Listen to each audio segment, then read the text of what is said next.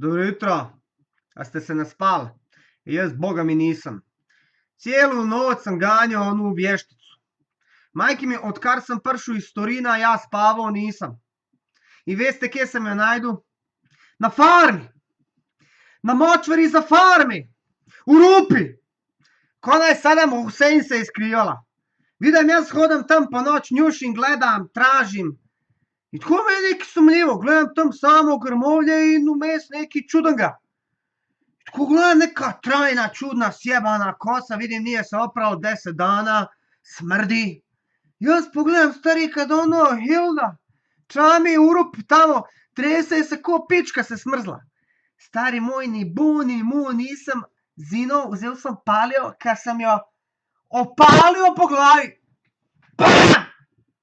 Stari, ona je samo zavijala z očmi in rekla, pa ne, kurva, spet. Ufatio sam je, stari, celo noč sam je vukao preko njiva, tam preko cesti, preko golana, da sam je dovukao u Celje. Hoću sam je do Ljubljane, ali nisam mogao, otpada mi noge. Jebem je, stara, jebem kako mora jednako biti debela. Vidi se da je žrla leta in leta masnu hranu, mislim kvalitetnu, trpala, uzemala unim radnikima sebi malce one trpala i žderala zdaj uni rupi, kad vedla ona da bi ona morala bežat. I njoj se morao 100 kila žen debelu. Pa sam vam jaz rekao da ona ne more bježat preko Alpi. Pa kje bi onako stara žena bježala?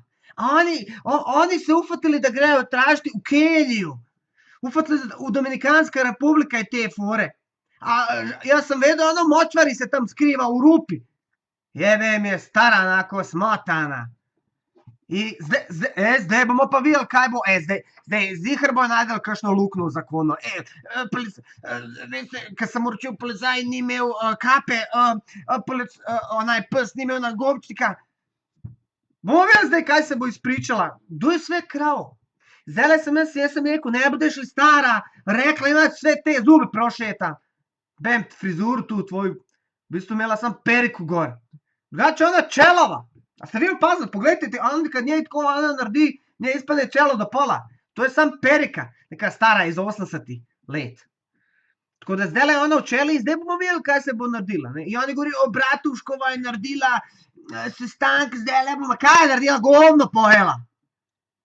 Neko fiskalno pravo tam uvaljivajo, namest da ganja lopove. In če gledam posnetek, spravili se na ene demonstrante, ne vem kje, v eni trgovini, in oni policaji vsi zajebani, njej težijo, kaj je ona pisala, neke grafite.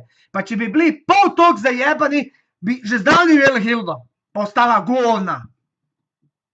A najbolj me razpizdi to, jaz moram ganjati tu vještico po noč, a ne lov na čarovnice se ići pa to, čeprav so minile, mislim, maškare so že zdavni šle, oziroma lov na čarovnice. A vi, guzičari, sjedite kod kuće. In jaz če ne bi svoje palije, kad sam opalio po moj glavi, da se oni zube odrašetali sve po pola njive, ne bi bila Hilda u zatvoru. I jaz moram cancelovat film u Turinu, ja snimam, glumim film. Ja moram dolazit. I kdo mi ne platio to? Niko. Pa dobro, važno je da je narod zadovoljan, zato ja radim. Ker če ne bi narod bio zadovoljan, jaz ne bi bil tuki.